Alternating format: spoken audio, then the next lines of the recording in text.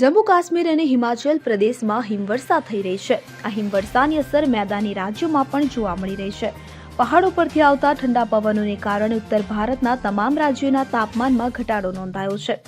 હવામાનની આગાહી અનુસાર આગામી 2 દિવસમાં ફેરફાર જોવા મળશે।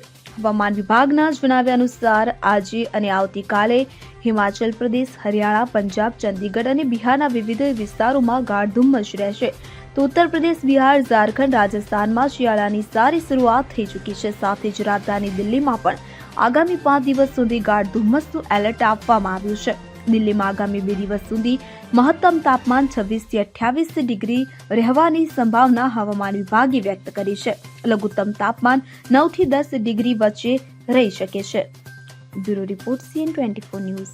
હવે જુઓ દેશ દુનિયાની તમામ ખબરો તમારી આંગળીના ટેરવે। ઉઠાવો મોબાઈલ અને ગૂગલ પ્લે સ્ટોર પરથી ડાઉનલોડ કરો અમારી CN24 ન્યૂઝ મોબાઈલ એપ।